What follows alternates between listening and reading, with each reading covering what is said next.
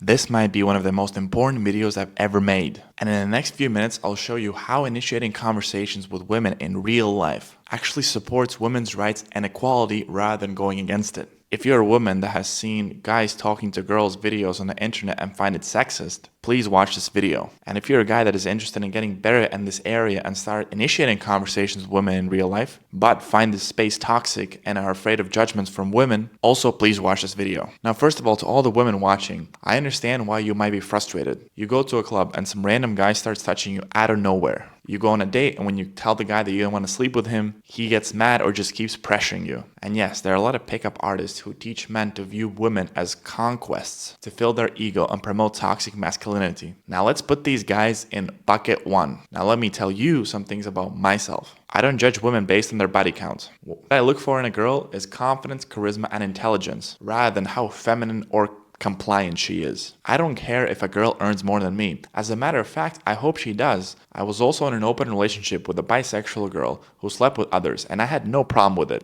And I fully support equality between a guy and a girl. And I also initiate conversations with women in public regularly and flirt with them in a playful way, and teach this to other men. And I believe that this is a completely different bucket. But the problem is that the society puts all men who are trying to improve their dating lives in the bucket one. And my argument is not that the dating coaching space is bad, but what kind of intentions you have. For example, most men that I talk to are interesting and cool men. However, they have trouble meeting women. Not because they're weird, but because they have anxiety, lack of confidence, and lack of dating social skills. And all I teach them is just that, social skills in a dating context. Confidence, charisma, flirting, and the courage to take action. What if someone is trying to become more confident and eloquent communicator at work? Is that bad? Of course not, as long as they have a real product that helps people. Becoming better at communication will help that person put that product in the hands of more people, and that is good. What if someone is trying to become a better listener in a relationship by learning skills such as paraphrasing, mirroring, priming? Are they bad people and manipulators? No, it actually helps them improve their relationships. And as long as they have good intentions, those skills will serve them and the other person they're talking to.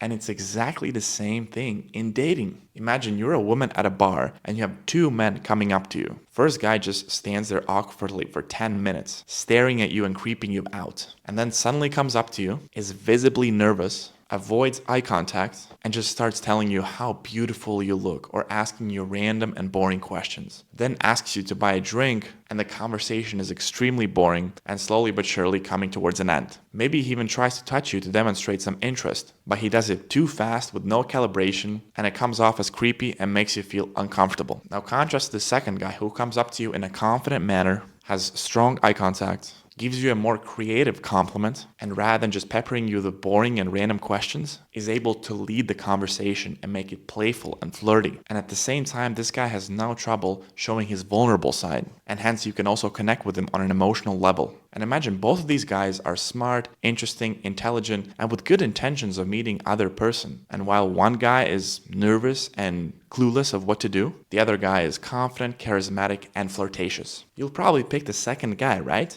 Well, all I'm doing on this channel is helping the first guy become the second guy. And the more confident and emotionally secure guys who are not afraid of rejection you have in the world, the better it is for women, right? Now that out of the way, let me address the most common concerns people have when talking about approaching women in real life. And for simplicity, I'll refer to that process as Daygame, which just means approaching women in real life. Concern number one, Daygame is not genuine because you go with the intention to approach. People say that you should meet others naturally, and if you force it, it's not genuine. Well, if you go to a party and meet someone at a party, is that not genuine? Because that is often the biggest reason why people go to the parties in the first place, is to have a chance to meet someone. Most things in life don't happen passively, and the people who expect things to happen passively often end up being miserable and lonely. With Daygame, all you're doing is putting yourself in a situation where you're exposed to people you find attractive and you have a chance to meet them. And there's nothing wrong with going out in real life with the purpose of meeting other people. It doesn't make it less genuine than going to a party. It's just a different place.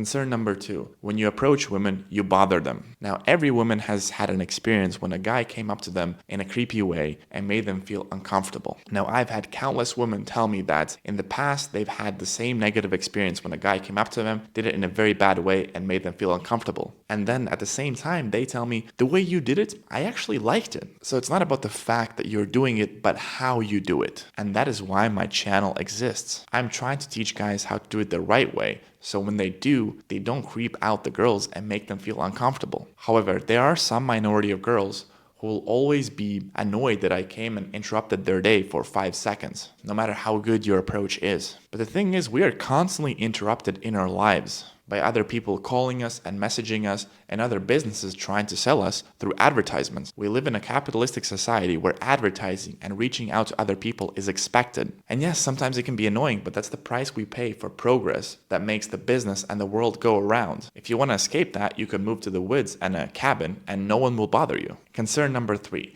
Daygame objectifies women because the goal is to go to bed with them. This is what a lot of girls have told me, so let's talk about it. The goal of Daygame is not to just sleep with women, at least in the way I promote it. For me, the goal is to connect with fun, interesting, and confident women, have fun dates with them, have adventures with them, and just see where it goes. For some guys, it goes into dating different girls. For some guys, it goes into a monogamous relationship, and both are fine. What I am promoting is not the goal itself, but that the process is fun and enjoyable. In my opinion, people in general are way too obsessed about the end goal. Both being single and relationship have their problems, and one state is not necessarily better than the other state. Rather than the state itself, what matters more is the quality of the state. You can be in a great and fulfilling relationship or a toxic and possessive relationship. So if I am single, all I'm doing is I'm just trying to date the most fun, interesting, adventurous women and see where it goes. What's wrong with that? In my opinion, some people just get offended when others don't share their enthusiasm for monogamy. If you only like being with one person, great, go ahead, do it. But don't go around judging others who like to sleep with multiple people. And now back to my original message. What most women want are guys who are respectful, who are able to be vulnerable, who are in touch with their own emotions, and yet who are also confident, charismatic, and able to have playful conversations. And that is exactly what I am promoting and teaching them. Hence, Daygame and equality are not conflicting goals. If done right, they actually promote and support each other. So if you're a girl that sees a dating channel like this, please don't put all of them in the same bucket and really explore what the channel is promoting. And if you're a guy that wants to improve your communication and social skills with women, Daygame might be the best way to do it. It's a perfectly legal and ethical activity